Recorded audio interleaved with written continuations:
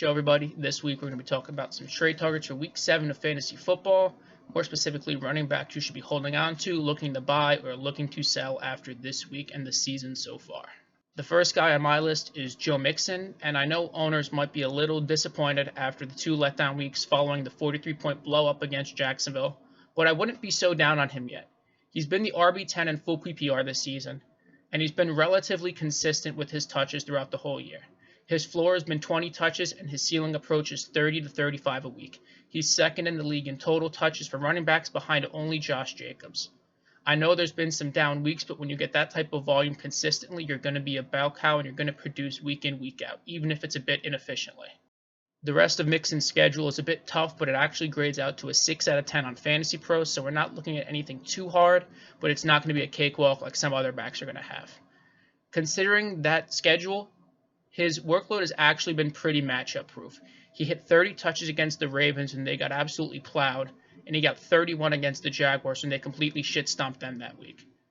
After that 43-point blow-up, I know I said there's been a letdown, but he's been averaging around about 15 points, which for a running back you're going to take, although it might be a little disappointing for a guy you might have used a first on.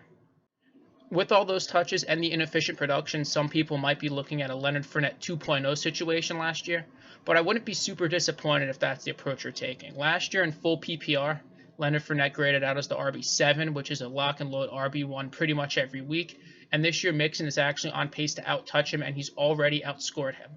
Mixon's averaging 20 carries a game and 4 catches, while Fournette had 17 and 5 respectively last year. So, despite the up and down ride it's been and the blow-ups and the letdowns, I would definitely look to either get Joe Mixon on your team or keep him for the ride. The next guy on my list, who I'm going to be talking about, is Clyde EdwardsHelaire, and I'm definitely looking to sell him. This is a lot less stat-based than the Mixon entry was, but it's a lot more worry-based as well. The Chiefs didn't just sign Le'Veon Bell to give him 3 to 5 carries like they were doing with Darrell Williams and DeAndre Washington these past few weeks. They signed Bell to come in, and Andy Reid's even said he was going to alleviate some of the touches from Clyde.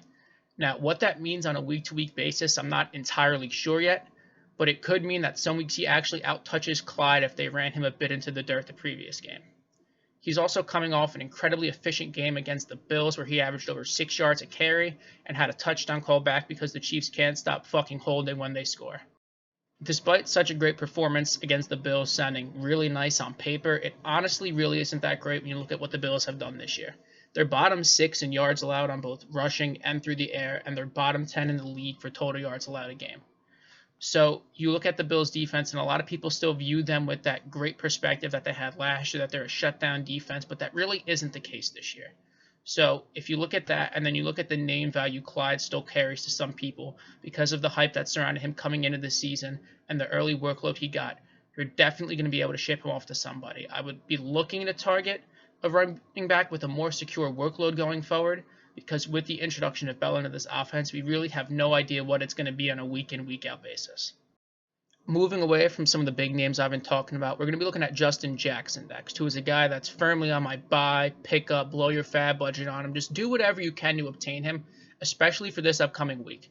Despite his draft capital as a 7th-round pick and the multiple injuries he's sustained over the past few years, the Chargers have stuck with him regardless, which shows that they do like him as a player and have some investment in him.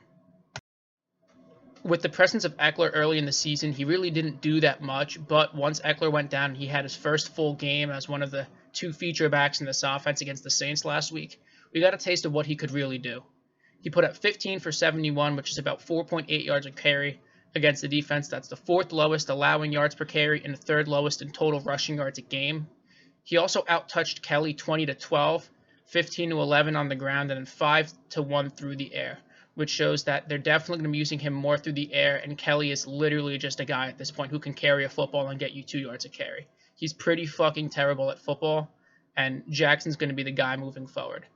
This all comes with a caveat, however, that when Eckler comes back, the biggest role that Jackson will see is an Eckler-light role that Eckler actually held when Melvin Gordon was the starter. So if you purchase Jackson, you're going to be looking at a relatively small window of lock and load RB2 possible flex most likely numbers. It's still worth a shot, especially with this week's matchup against the Jaguars.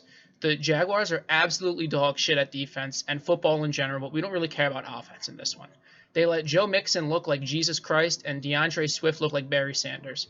And I think we're right in line to see Justin Jackson explode against this terrible defense and put up some real strong RB2 numbers this week, especially since Kelly really doesn't seem to be the lead back in this offense right now. The final guy I'm going to be talking about this week is DeAndre Swift, and he is most likely a sell, but if you're really running low on running back depth, I would try to hold him.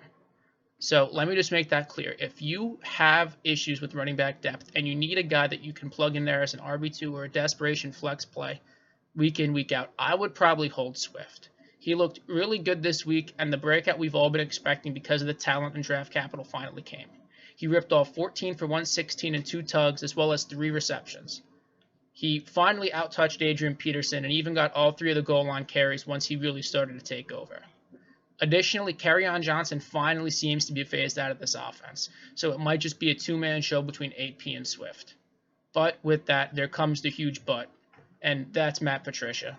For the past few years, including Patricia and even beyond, Detroit running backs have held little to no actual fantasy value.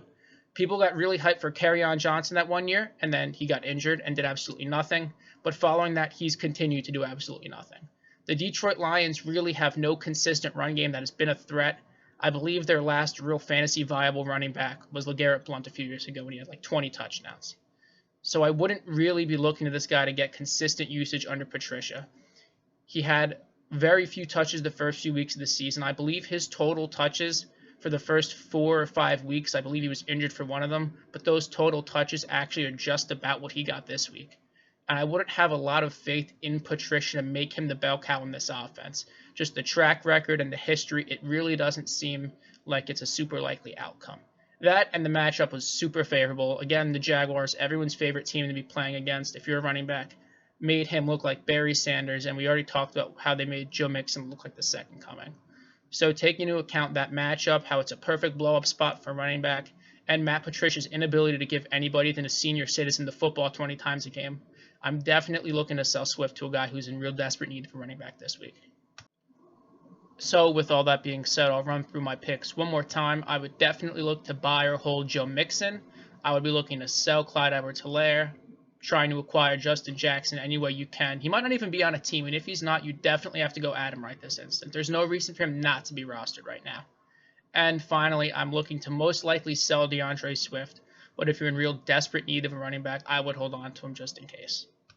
And that's going to be it for today's video, guys. I hope you enjoyed. If you did, leave a like and a comment. If you didn't, leave a dislike and leave me a comment. Tell me what I can improve. I'm always looking to get better.